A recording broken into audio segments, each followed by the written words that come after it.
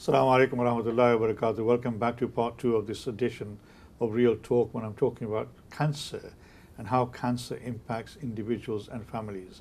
And I have two eminent guests with me, Sarfraz Nazir, who is the chair and the founder and the trustee of Safina Muslim Cancer Network, which is, although based in Bradford, it's a national organization which provides support, assistance, guidance and help to people who are suffering from cancer within all communities, but particularly within the Muslim community. Because it's a faith-based organization which is looking at how cancer impacts Muslims in particular, and how Muslims need to relate to cancer itself, and how they can get support around the whole concept of cancer. Because as Sarfraz said at the beginning, when somebody is given a diagnosis of cancer, the first thought that occurs to many, many people, probably most of them, is that mar gaya bhi. Iska number aa gaya. And that's it. But we don't realize that if there is an early detection of cancer itself, the chances of survival are quite substantial. But the diagnosis of cancer doesn't necessarily mean that you're going to be dying. But it can obviously lead to death in the end. And it can be a short process or a very long process. And during that particular time, once they've been given a diagnosis, people and individuals go through a very traumatic and difficult time. Not just the patient themselves, but also the wider families. And as Sarfraz says, some people, and I think many people, particularly in our community in the subcontinent, block the idea that this has happened to them, and therefore they don't seek support. And the whole idea behind Safina Muslim Cancer Network is to try and break that taboo, to say, cancer is there, but there are things that you can do and we can help you with it. And therefore they provide this holistic service to try and help people navigate through the challenges of cancer. Now, this is done by volunteers. The people who are involved in Safina Muslim Cancer Care Network, they're all volunteers. There's no paid staff there. So, mashallah, they're doing this sabilillah, fi sabilillah, giving their own time and their own energy and their own resources. And all I can say to them is, Allah give you the strength for what you're doing and make you stronger and help as many people as you can.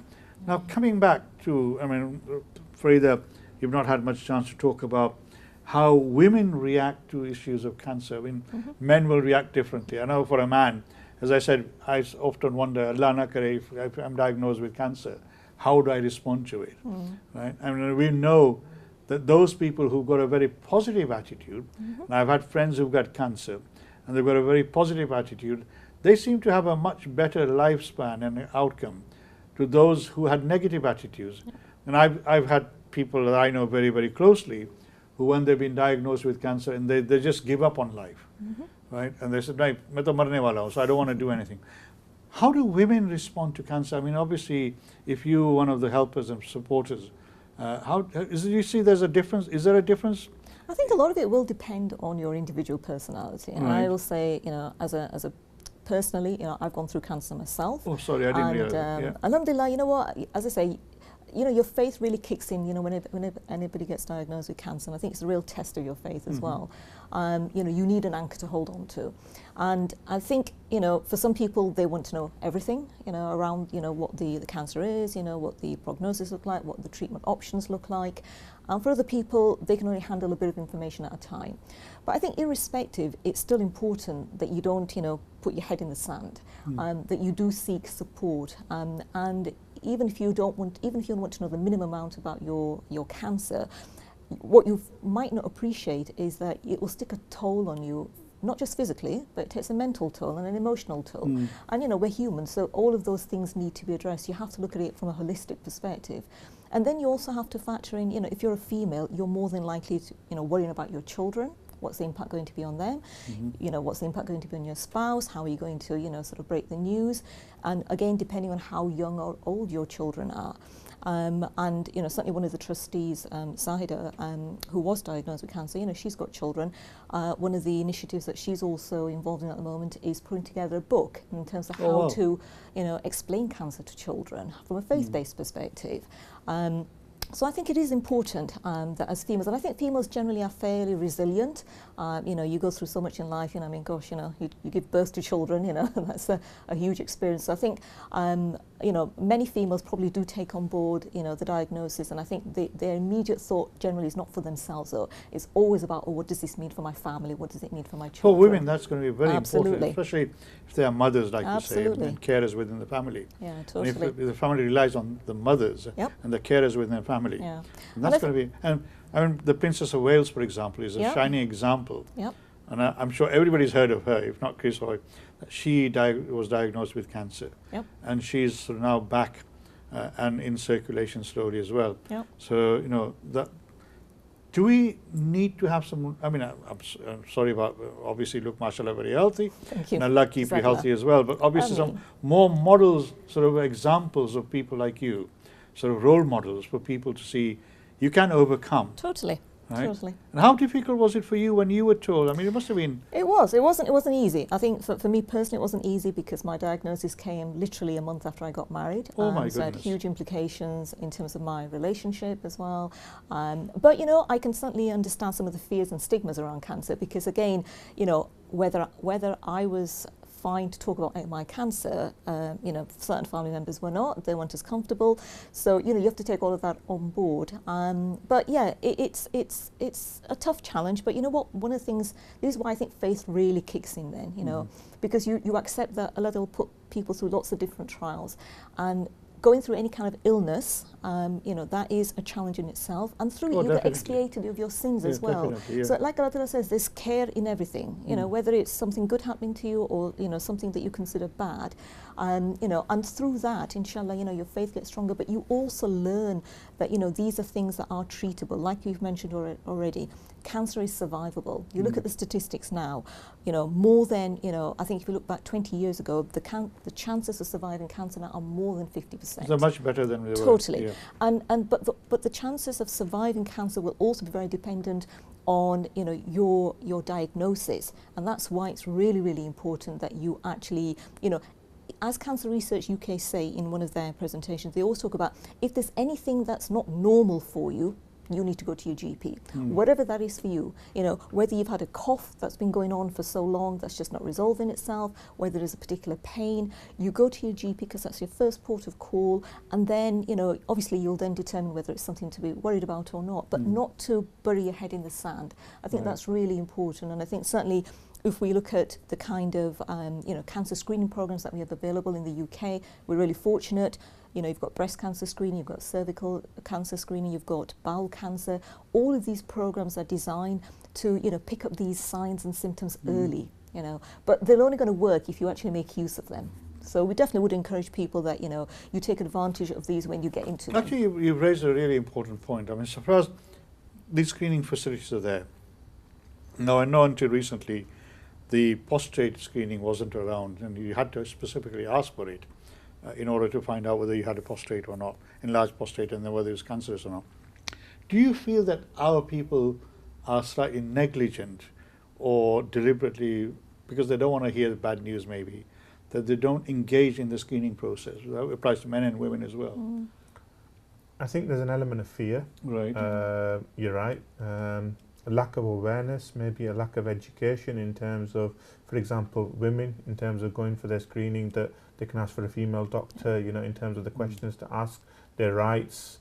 You know, sometimes there's that fear that, you know, in terms of if I go through chemo, you know, in terms of I'm not going to have the hair, you know, the modesty aspect, all of it. These are fears that sometimes they don't apply to the general public, but they apply to the Muslim population. And it's about erasing those fears, providing that support to make sure that people can overcome those fears and they take ownership of their own health. They see the signs and they actually go and access that support.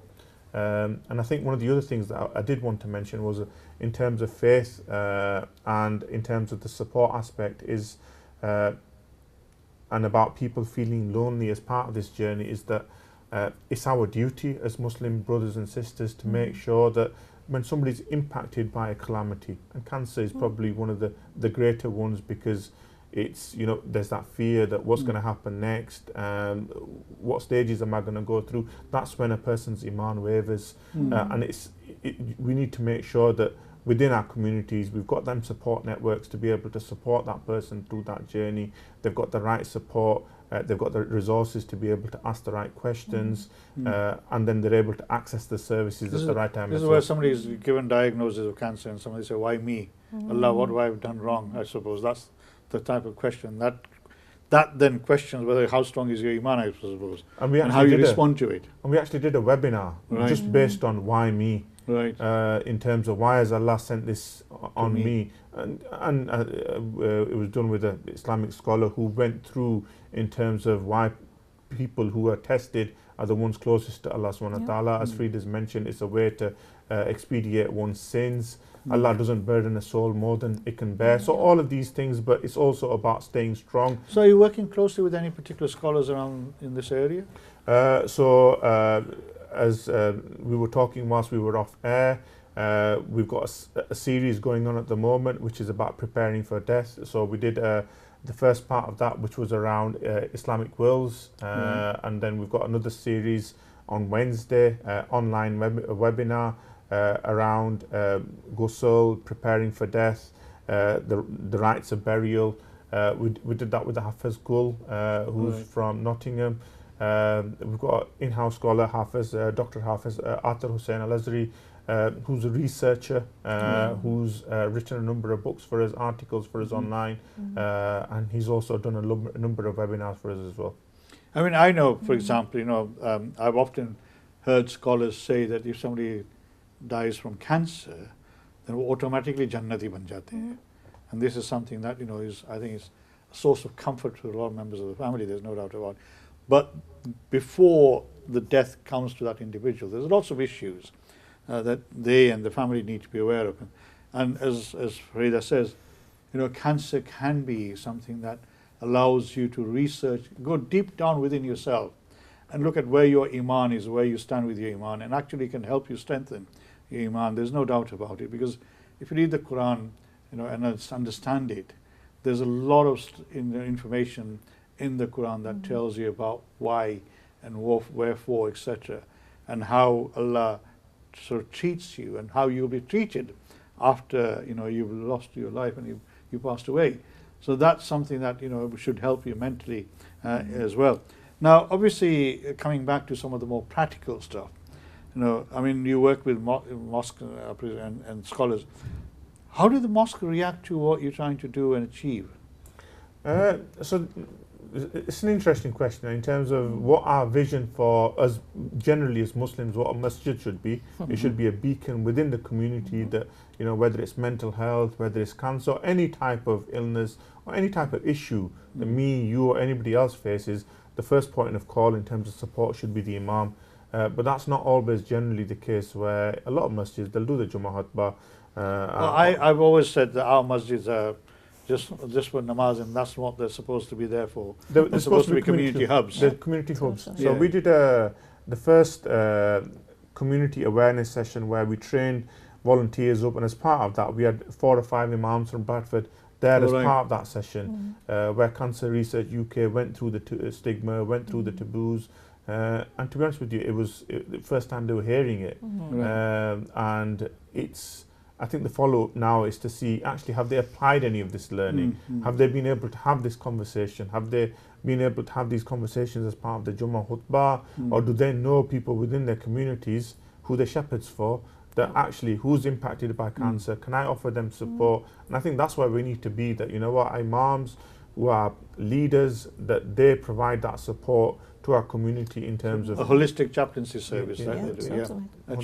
What about, I mean, obviously one of the other things I wanted to quickly talk about is people who suffer from these illnesses. Obviously, the burden on them in terms of their personal financial support, because we know that I mean, it's a well-known fact that people, particularly it's more so prevalent now because of the energy crisis, that people who suffer from cancer, they have to be much more in an environment which is much more warmer than a normal household, and therefore the bills are quite high as well. Now, is there any financial support or guidance towards that that you can provide?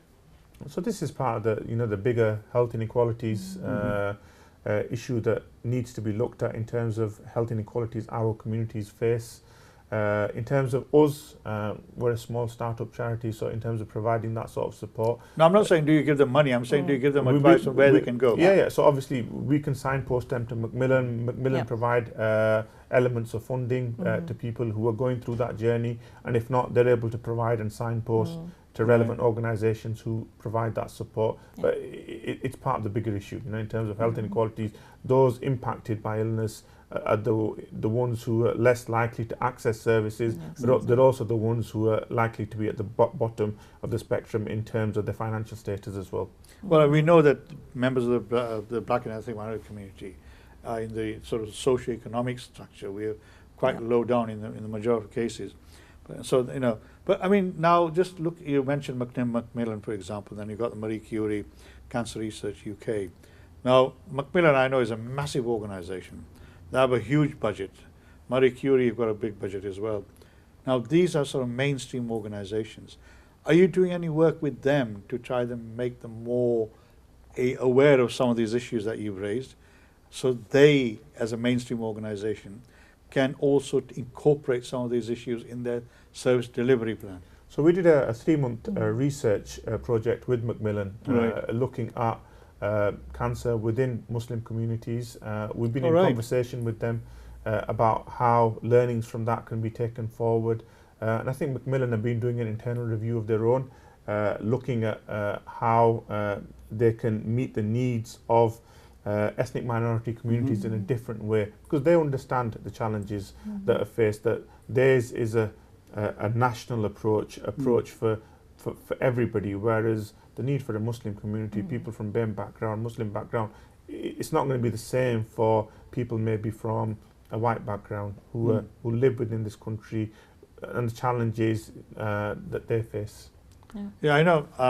In fact, I've got a whole copy of Macmillan's recent recruitment survey program, because then within that there's a whole section on equality and diversity and how they want to develop better engagement with members of the black and minority ethnic community. And it's quite fascinating in terms of what they want to do with the engagement in the community. I mean, somebody like you obviously, works at the front end of this.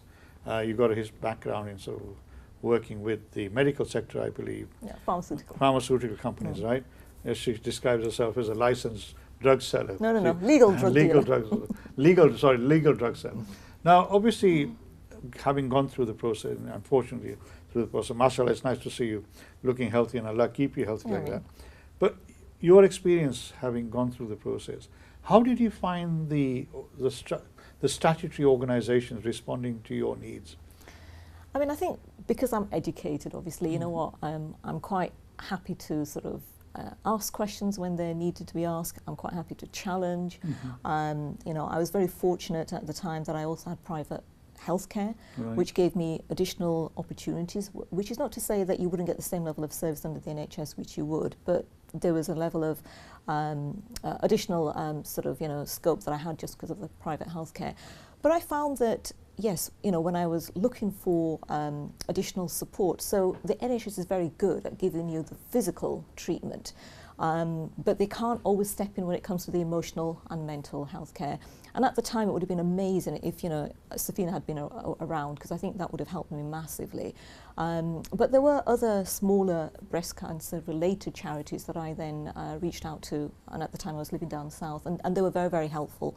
And that's when I realised that actually, yes, cancer is more than just, treatment in terms of surgery, chemo, radiotherapy. There's a lot more involved for a female. And then also people sometimes forget that even once you are recovered from cancer, you can still have ongoing side effects as a result of your treatment. And so sometimes, again, that's where the NHS, you have your treatment, then it stops. And then what happens once you've, recovered and you're back out in the community and you still need support? Where do you go? And again, Safina Cancer Charity would be an amazing support there, because it's not like you just cut off at the end of your treatment. If you still need ongoing support, you can, whether it's counselling service, whether it's signposting to other organisations. So I think the thing is that you do need to know where to go sometimes, and even if you don't know where to go, you still need to be able to ask for support. And I think as Muslims, sometimes we're too afraid to ask. So I would definitely encourage people that whatever question you have, whether it's regarding your own treatment, the consultants would generally always say, that feel free to ask any questions. Take somebody along with you. Sometimes it makes it very difficult, when you're trying to take on board so much information, write things down. All of these things will help you, because sometimes you can come after, an appointment and think, oh gosh, I meant to ask her this, or I meant to ask that. But there's a lot more support now, and I would say, alhamdulillah, the fact that we now have an organisation like Safina where, from a faith-based perspective, if you've got any questions, around what does this mean for me as a female, particularly like, Brother Safraz was saying, when you go through breast cancer treatment, if you've gone through chemotherapy, you're going to lose your hair. What does that mean? Can I use wigs? What does that mean in terms of wuzu?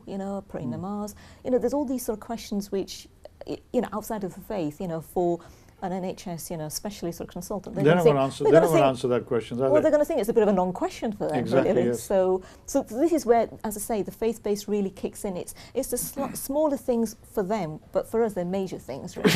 Yes. So alhamdulillah, yeah, I think I was very fortunate at the time. I think just because of the occupation that I had, the background that I had, but that's not the case for everybody. Well, yeah, and particularly if people have a language issue as well. Totally. And, and maybe first, second generation sisters in particular may have difficulties, with the language itself, understanding the language, the medical terms anyway. Yep. Excuse me. I think I would probably struggle some with the medical terms as well. I think the point you made about taking somebody with you, Yep. When you're going for consultation, is a really valid one. And I presume the NHS would welcome somebody coming as a chaperone with them as well. Absolutely, yeah, Right? absolutely. Okay. There's never an issue there. Yeah. So as a female, as a mother, as a female member of the community, I mean, in 30 seconds, what are the most important things that you feel that people should be aware of? Specifically relating to Safina, Yeah. I think the fact that there is a charity that provides a faith-based service, as a Muslim, it's important that your faith is factored into, whether it's your treatment, whether it's your aftercare, whether it's relating to issues around privacy, whether it's relating to things around wuzu namaz. I think they're all important factors for us as Muslim, and I think it's important that we have an organisation that we can go to, that can signpost us, that can assist us, particularly in that time of need, and particularly as an individual, if you're affected by cancer and you can't talk to your family, you can't talk to your friends, reach out to us. We've got plenty of volunteers, qualified volunteers that are there to assist. Okay. So Fraz, what are your key priorities over the next sort of 12 months or so? I think one of our short time. Yep, I think one of our targets has been that we need awareness within that community that this service exists. If you're not alone on this journey, if you do need support, reach out to us. Our website is www.safina.org.uk. We've got fully trained volunteers who do an amazing job. We've got loads of resources on our website. We've got a YouTube channel. Follow us on social media. Most importantly, don't suffer alone. Yep. You've got people who can support you through that journey. And I think that is a very important point, isn't it? Don't suffer alone. Not just you, but also members of your family. I hope you found today's episode really interesting. This talk about cancer and how we need to deal with it. Inshallah, I'll be back with you next week. Remember what Safraz says: contact them, support them, help them, and particularly help members of your family. Take care. Assalamu alaikum wa rahmatullahi wa barakatuh. May Allah be with you and Allah protect us all, and particularly those who are suffering from illnesses. Ameen.